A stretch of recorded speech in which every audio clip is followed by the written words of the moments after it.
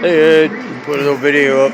I got that truck done and detailed and outside sitting. I wanted to put a quick video up of this golf cart hood there. Pieces cracked.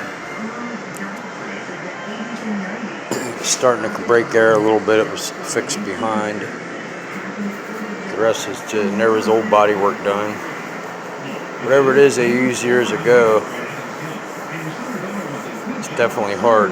It's not a wave in there from sanding it. I had to take off some glue for reflector. But that's a hood. These will just be get trimmed black, the front and back bumper covers. But took off some grip tape that was on the bottom. I have it flipped upside down because this whole corner is missing and it's cracked there. I had to grind it. It's not fiberglass either. It's almost like a, I don't know what, say ABS almost, plastic, but it's got to be some kind of fiberglass in it. But when you grind it, you don't smell it. Where somebody tried to fix the hood was fiberglass. When I ground it off, underneath it there where it split at the tip of my finger, you can smell fiberglass. This grinding on the body, so I have something to knit to, when I redo it. Didn't smell like fiberglass. That's what's weird. But my plan is take this cardboard. I had it on once.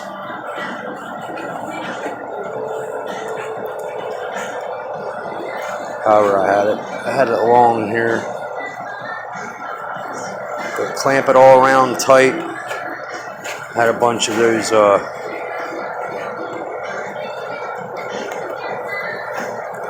but that's how it was. Here we go. Something like that. And I had a bunch of vice grip clamps laying there, clamping everything tight to the edge so I can kind of mold that corner. I'm going to do that and then put, I'm not going to use fiberglass, the resin and the hardener, because I think it's junk.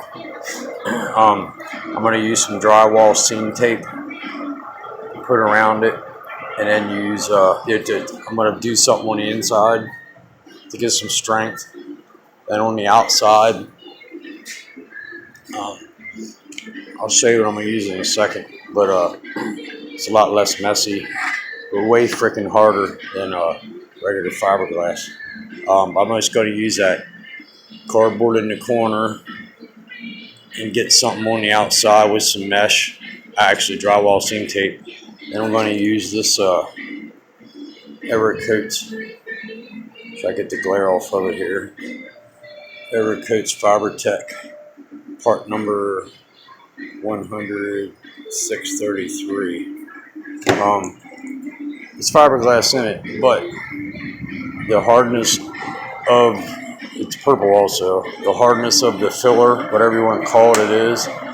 If I put it on here and right after it starts to get that gummy coat on the surface that you gotta like sand off, that gums your paper up. After that, it's good. It don't gum your paper.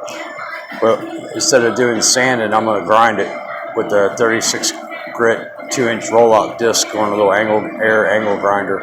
But when I lay that on, I'm gonna put the cardboard on, put some mesh on the outside around it, and then I'll have other video of it flipped over. The body's upside down right now, of course. Put some mesh on it and that fiber tech on it, and then build that fiber tech up the way I want it.